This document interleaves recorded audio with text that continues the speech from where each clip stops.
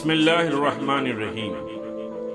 حیدرآباد دکن وہ عظیم شاہی سلطنت تھی جس کا کل رقبہ 82,000 مربع میل پر محیط اور 1,86,00,000 نفوس کی آبادی والی مملکت تھی۔ نظام کی مملکت اٹلی اور انگلینڈ کے برابر تھی۔ یاد عہد رفتہ میری خاک کو اکسیر ہے، میرا ماضی میرے استقبال کی تفسیر ہے۔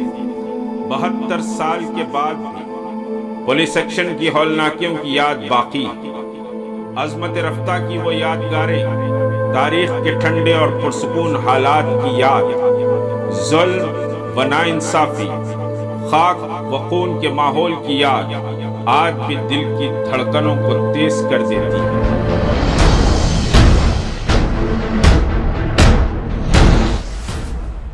وہ ریاست جو ہندو اور مسلمان کی محبت رواداری کی ایک شاندار مثال تھی، اب دردناک یادوں میں باقی ہے۔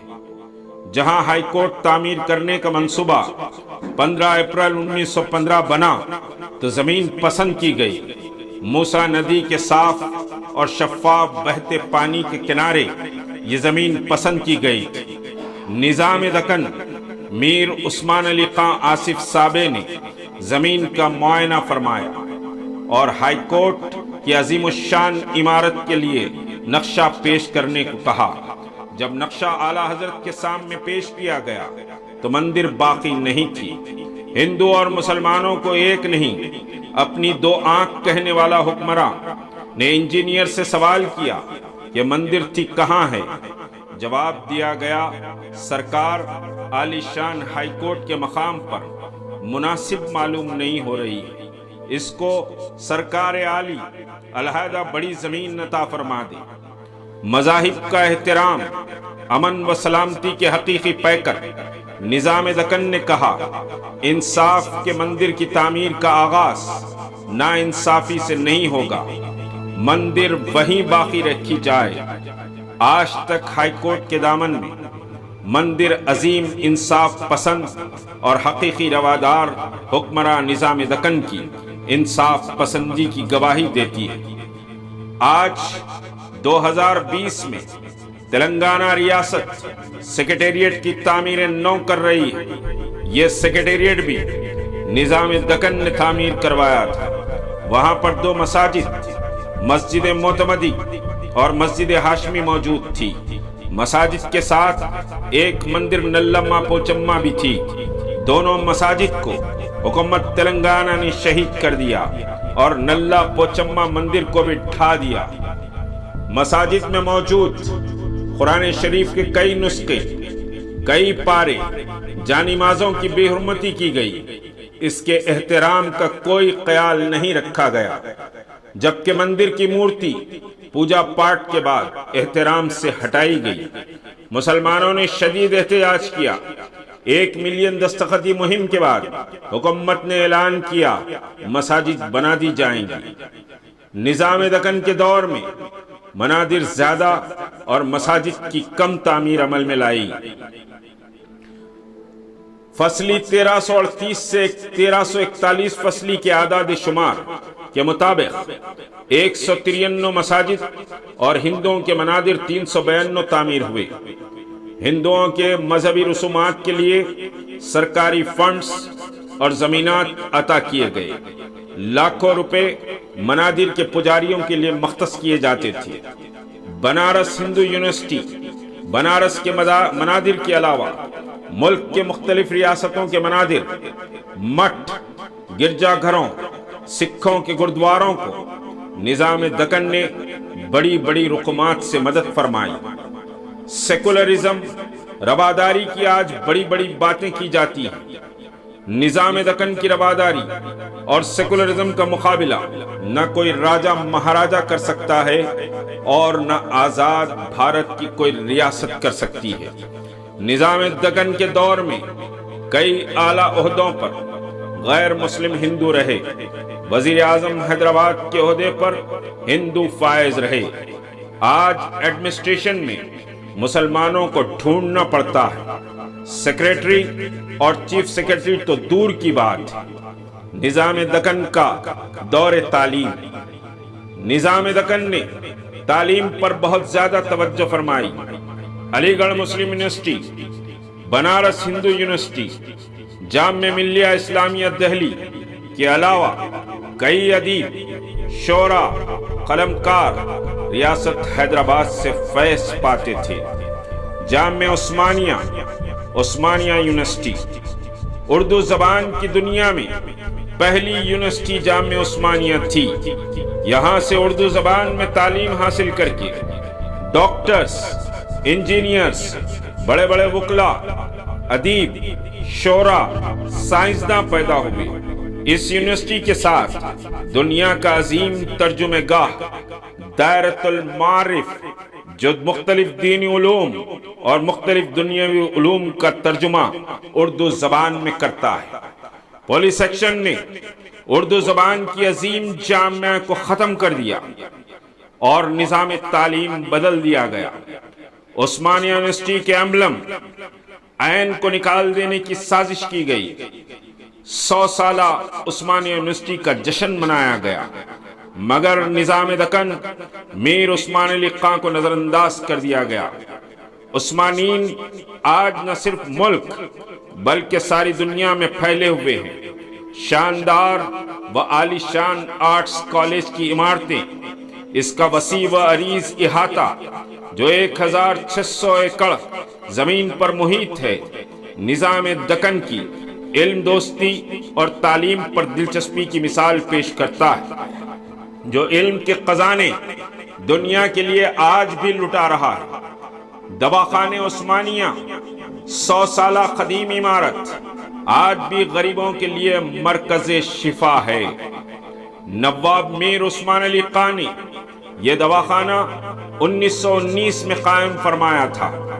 1168 بستروں کے ساتھ آج بھی اپنی کشادہ وارڈز اور ہوادار ہونے کا ثبوت پیش کرتا ہے۔ 2 کروڑ کے صرفے سے اس وقت نظام دکن نے یہ دواخانہ تعمیر فرمایا تھا، مگر نااہلوں نے اس عظیم دواخانے کی عمارت کی نگہداشت نہیں کی، جس سے بڑا نقصان ہوا۔ دنیا میں سب سے پہلے کلوروفارم حیدرآباد نے 1885 میں ایجاد کیا تھا۔ دکن کو یہ اعزاز حاصل ہے کہ آپریشن سے قبل بے ہوش کرنے کی دوا اس نے ایجاد کی۔ کے ایم منشی، جو حیدرآباد میں گورنمنٹ آف انڈیا کے اٹارنی جنرل تھے، کے بیان کے مطابق بمبئی کے اجلاس میں صدیق دکن قاسم رضوی کی دارالسلام میں رضاکاروں کی بھرتی اور جوشیلی تقریروں کے بعد پنڈت نہرو نے صاف کہہ دیا تھا، حیدرآباد دکن کے لیے 2 ہی راستے، جنگ یا الحاق، وار اور مرجر۔ حیدرآباد دکن کے معاملے کی ساری ذمہ داری سردار پٹیل کو سونپ دی گئی تھی۔ فیصلہ پٹیل کو کرنا تھا۔ نظام دکن اور قاسم رضوی کو مجبور کرنا تھا کہ وہ ریاست حیدرآباد کو بھارت میں ملا دے، ہندوستان کی اطاعت قبول کر لے۔ دکن کی ریاست ایک علیحدہ خود مختار طاقتور ریاست تھی۔ نظام دکن پس و پیش کا شکار تھے۔ قاسم رضوی ایک لمحہ بھی ہندوستان میں ریاست کے انضمام کے حامی نہیں تھے۔ کے ایم منشی، جو حیدرآباد میں حکومت ہند کے ایڈوکیٹ جنرل تھے، اپنی کتاب میں لکھا کہ ایک غیر ملکی حیدرآباد کے مسئلے پر ان سے بات کرنے آیا اور کہا، ہماری ہمدردیاں ہندوؤں کے ساتھ نہیں ہیں۔ ایک مسلمان کی اخلاق اور اس کے کردار ہم اچھی طرح جانتے ہیں۔ وہ ہمارے ساتھ بیٹھ کر کھانا کھاتا ہے، خوش اخلاقی کا مظاہرہ کرتا ہے، ہماری عزت و احترام کرتا ہے۔ ہندو ہم سے گھل مل جانے کی ایکٹنگ کرتے ہیں، مگر ہم سے نفرت کرتے ہیں۔ وزیر داخلہ ہندوستان سردار ولبھ بھائی پٹیل کی اب صحت اچھی ہو گئی تھی۔ وہ پٹیالہ پنجاب کے دورے پر تھے۔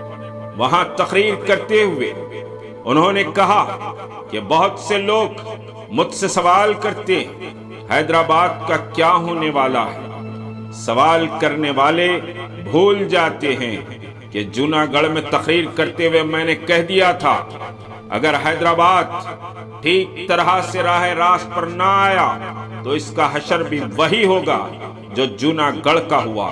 کتاب کے منشی۔ ادھر شاستری جو قاسم رضوی کا بااعتماد آدمی تھا، کے ایم منشی اور ہندوستان کو رضوی کی رپورٹنگ کر رہا تھا۔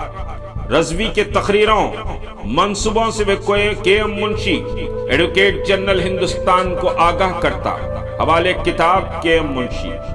منشی کے مطابق بھارتی فوج اورنگ آباد کے علاقے سے حیدرآباد دکن میں داخل ہو گئی۔ 13 ستمبر 1948 ریڈیو رپورٹنگ۔ کے ایم منشی کو جنرل ادروس فوجی جنرل نظام دکن نے سکندرآباد ریزیڈنسی سے 13 ستمبر 1948 کو گرفتار کر لیا تھا اور ساتھ ہی بھارتی فوج کے جنرل سنگھ سے ہتھیار ڈال دینے کو کہا۔ کے ایم منشی کے مطابق انہیں گرین لینڈ گیسٹ ہاؤس چلنے کو کہا گیا۔ راستے میں دیکھا رضاکاروں کی ٹولیاں فتح کا نعرہ بلند کر رہی ہیں، ادھر سے ادھر گھوم رہی ہیں۔ ڈاکٹر عمر خالد اور معین الدین عقیل اپنی کتاب سقوط حیدرآباد محمد سلیم صاحب سابقہ گورنر اور سابقہ وزیر ہندوستان کا بیان قلم بند کیا۔ انہوں نے کہا تم دیکھ رہے ہو میرے یہ بال عمر سے پہلے سفید صرف اور صرف پولیس ایکشن کی تباہ کاریاں دیکھنے اور سننے سے ہوئے ہیں۔ میں نے ہندوستانی حکومت کے کمیشن کے رکن کی حیثیت سے تباہ علاقوں کا دورہ کیا، کھیتوں میں سڑی ہوئی مسلمانوں کی لاشیں دیکھی، بہنوں اور بھائیوں کے مغموم چہرے دیکھے، سب کچھ ختم ہونے کی داستانیں، تڑپتے سسکتے ہوئے انسان دیکھے۔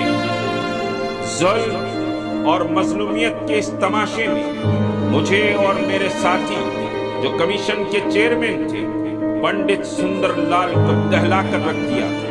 پنڈت نہرو وزیر اعظم تھے۔ رات 12:30 پر ان سے میری ملاقات ہوئی۔ پنڈت سندر لال کی قیادت میں جائزہ کمیٹی بنائی گئی۔ اس کمیٹی نے سبھی تباہال اضلاعوں کا دورہ کیا۔ عثمان آباد، بیڑ، پربھنی، لاتور، جالنا، بیدر، بھالکی، امنآباد، نلدر، ورنگل، کونگیر، نلگنڈا، ظہیر آباد ایسے کئی مقامات کا دورہ کیا۔ انسانی لاشوں سے کنویں بھرے پڑے تھے۔ تعاون اتنا تھا کہ قریب جانا محال تھا۔ یہ وہ لوگ تھے جو باعزت اور خوشحال زندگی گزار رہے تھے۔ بعض پولیاں صرف عورتوں کی لاشوں سے بھری پڑی تھی۔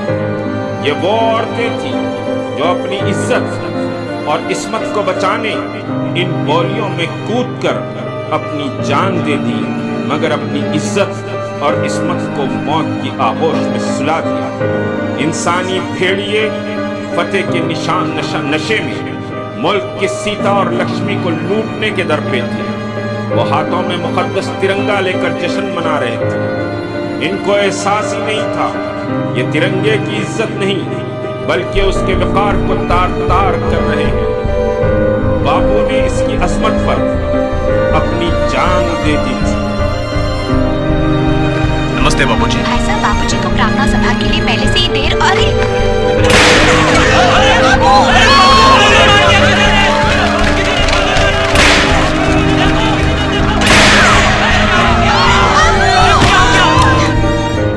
حیدرآباد دکن وہ ریاست تھی جہاں ہندو اور مسلمان شیر و شکر کی طرح رہتے تھے، مگر زہر ایسا کھول دیا گیا تھا کہ مسلمانوں کو قید کر کے ان کے برہنہ جلوس نکالے گئے۔ جن بازاروں اور چوراہوں پر ان کو سلام کیا جاتا تھا، جہاں ان کے لیے راستہ چھوڑ دیا جاتا تھا، آج ان کی زندگی تنگ اور عزت نیلام کی جا رہی تھی۔ وہ آزاد ریاست حیدرآباد دکن کے شہری تھے اور اپنی ریاست کے وفادار تھے۔ کسی ریاست کے وفادار ہونا کوئی جرم نہیں تھا، اور وہ ہندوستان سے انہوں نے کوئی غداری بھی نہیں کی تھی۔ حیدرآباد دکن کو ہندوستان فتح کر لیا، نظام دکن راج پرمکھ بنا دیے گئے۔ نظام دکن جب راج پرمکھ بنا دیے گئے اور حیدرآباد فتح کر لیا، سارے ہندوستان میں خوشی و مسرت کی لہر دوڑ گئی۔ سروجنی نائیڈو بلبل ہند، جو حیدرآباد دکن سے تعلق رکھتی تھی، اس وقت گورنر تھی۔ گورنر کو یہ اطلاع دی گئی کہ مبارک ہو، حیدرآباد پر ہم فتح حاصل کر لی۔ جیسے ہی یہ خبر سروجنی نائیڈو سنی، پھوٹ پھوٹ کر رونا شروع کر دی۔ لوگوں نے حیرت سے گورنر صاحبہ سروجنی نائیڈو سے سوال کیا کہ یہ موقع خوشی کا ہے اور آپ رو کیوں رہی ہیں؟ تو سروجنی نائیڈو نے اس وقت بڑا تاریخی جواب دیا، کہا کہ حیدرآباد دکن ہندوستان میں شامل ہو گیا، اس کی مجھے خوشی ہے، لیکن اپنے بادشاہ کے تعلق سے سوچ رہی ہوں کہ وہ اس کا مقابلہ کیسے کرے گا کہ اس کی سلطنت چلی گئی۔ مگر حیدرآبادی عوام جو اضلاعوں میں تھے، ان کی دیوڑیاں لوٹ لی گئیں، زمینات پر قبضے کر لیے گئے، جاگیریں چھن لی گئی، 3 دن ان کو بھوکا رکھا گیا، پانی بھی نہیں دیا گیا۔ وہ حیدرآبادی عوام جو عزت و وقار اور خوشحالی کی زندگی گزار رہے تھے، آج ان کی دیوڑیاں ویران تھیں، ان کے زمینات ان سے کھینچ لیے گئے تھے، جاگیریں اور منصب سب کچھ لوٹ لی گئی تھی۔ وہ بھوک اور پیاس سے بلبلا رہے تھے۔ 1919 میں ورنگل میں پیدا ہوئے نوجوان جو بعد میں ایک ملی جماعت سے وابستہ ہو گئے، نئی زندگی نامی رسالے میں لکھا، سب کچھ لٹ گیا تھا، میں اکیلا محلے کی مسجد کو جاتا اور خود اذان دیتا اور اکیلے نماز پڑھتا، رومی ٹوپی شیروانی زیب تن کرتا، میرا قصور کچھ نہ تھا، مجھے گرفتار کر لیا گیا۔ گرفتار کر کے اسپیشل ٹرین سے بجواڑا لے گئے، اتنا مارا میں لہو لہان ہو گیا۔ 1000 مسلمان اور گرفتار تھے، کپڑے تار تار ہو گئے، ہم باعزت لوگ تھے، بغیر شیروانی زیب تن کیے باہر نکلنا شرم محسوس کرتے تھے۔ آج ہمارا سطر بھی کھل گیا تھا۔ 2 ماہ گرفتار رہا اور ان 2 ماہ تک ان ظالموں نے نہانے تک نہیں دیا۔ دال کا پانی اور چاول دیا جاتا اور حکم صادر ہوتا کہ 5 منٹ میں کھا لیا جائے۔ بیدر تباہ ہو گیا، عثمان آباد، نلدک، لاتور، تلجاپور، بیڑ، بھونگیر، نلگنڈا، کہاں کہاں ظلم نہیں ہوا۔ دولت، عزت، تہذیب، تمدن، جاگیریں، دیوڑیاں سب تار تار کر دیا گیا۔ لوگ میلوں کی مسافت طے کرتے ہوئے بھوکے پیاسے رات کی تاریکی میں کھیتوں میں چھپتے چھپاتے حیدرآباد پہنچنے لگے۔ حیدرآباد محفوظ مقام تھا، یہاں ریلیف کیمپ لگے ہوئے تھے، بہت سے علاقوں میں بمباری ہوئی۔ اس قہر سے بچنے پر دیے گئے۔ بیدر کی جامع مسجد میں قرآن خوانی، لوگ خوف کے عالم میں پروردگار عالم کو منانے قرآن خوانی کر رہے تھے۔ جنگی جہازوں سے فائرنگ کی گئی۔ لوگ اچانک اس صورتحال سے پریشان ہوئے، سب مسجد کے صحن میں جمع ہو گئے۔ رات ان جہازوں سے ورقیے گرائے گئے، شہر خالی کر دیا جائے۔ چل روگی کی طرف شہر کے مسلمان مارچ کرنے لگے۔ ایسا منظر شاید پھر انسانی آنکھ دیکھے۔ کشمکش میں بیدر سے مسلمان رات کی تاریکی میں چل روگی کی طرف نکل پڑے۔ کسی کا دسترخوان بچھا ہوا تھا ویسے ہی رہ گیا، کسی کا کھانا یا تو ہانڈی پہ تھا یا پھر چولہے پر، کسی کا ڈول بولی میں، کسی کا گھڑا بولی کے پاس۔ کوئی تو اپنے گھر کا دروازہ بھی بند نہیں کیا۔ کئی گھر، کئی دیوڑیاں کھلے چھوڑ کر سراسمیگی کے عالم میں لوگ نکل پڑے۔ یہ ایک بیدر کا نہیں، پورے مراٹھواڑہ، کرناٹک اور تلنگانہ کے بیشتر علاقوں کا یہی حال تھا۔ مسلمان محفوظ مقامات کی تلاش میں منتقل ہو رہے تھے۔ یہ بڑی لمبی کہانی ہے، انسانیت کو شرمسار کرنے والی، دکھوں کی، غم کی، بے شرم اور بے حیا انسانوں کی، حیادار بیٹیوں کی، نوجوانوں کی، جو مختصر وقت میں پوری نہیں ہوگی۔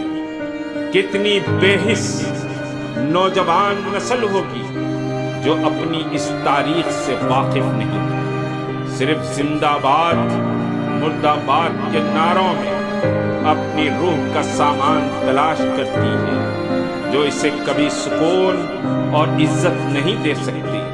اس کے ترانے گاتے پھرتے ہیں۔ اس طوفان کے بعد جامع عثمانیہ کے سپوت قائد محترم سید خلیل اللہ حسینی رحمۃ اللہ علیہ نے ملت کو حوصلہ دینے کا کام 1950 سے شروع کیا۔ مولانا غوث خاموشی، مولانا سلیمان سکندر، مولانا رحیم قریشی اور ان جیسے کئی سپوت ہیں جو ملت کے اندر عزم اور حوصلہ پیدا کیا اور جینے کا سلیقہ سکھایا۔ پورے دکن کے علاقے میں دورے کیے، نوجوانوں کو جوڑا اور ملت کے اندر ایک نئی امنگ اور ایک نیا حوصلہ پیدا کیا۔ کچھ سیاسی لوگ حیدرآباد میں دکان کھولے اور جھوٹا پروپیگنڈا شروع کیے، ہمارے دم سے مسلمان، جبکہ حیدرآباد سب سے زیادہ محفوظ مقام تھا۔ حیدرآباد میں کوئی تباہی نہیں آئی، اضلاعوں سے لوگ بچنے کے لیے حیدرآباد کا رخ کیے۔ 1950 میں مراٹھواڑہ، کرناٹک، تلنگانے کا دورہ سید خلیل اللہ حسینی رحمت اللہ علیہ اور ان کے رفقا نے کیا۔ اسی بزم اور قافلے کے نوجوان 1990 میں اڈوانی کی رتھ یاترا کے تاریک دور میں، جبکہ قوم کے نوجوان حوصلہ چھوڑ بیٹھے تھے، تحریک مسلم شبان کی بنیاد ڈالی اور ملت میں ایک نئی مذہبی، سماجی، تعلیمی بیداری اور حوصلے کو پیدا کیا اور ملت کو مستحکم کرنے کے کام کا آغاز کیا۔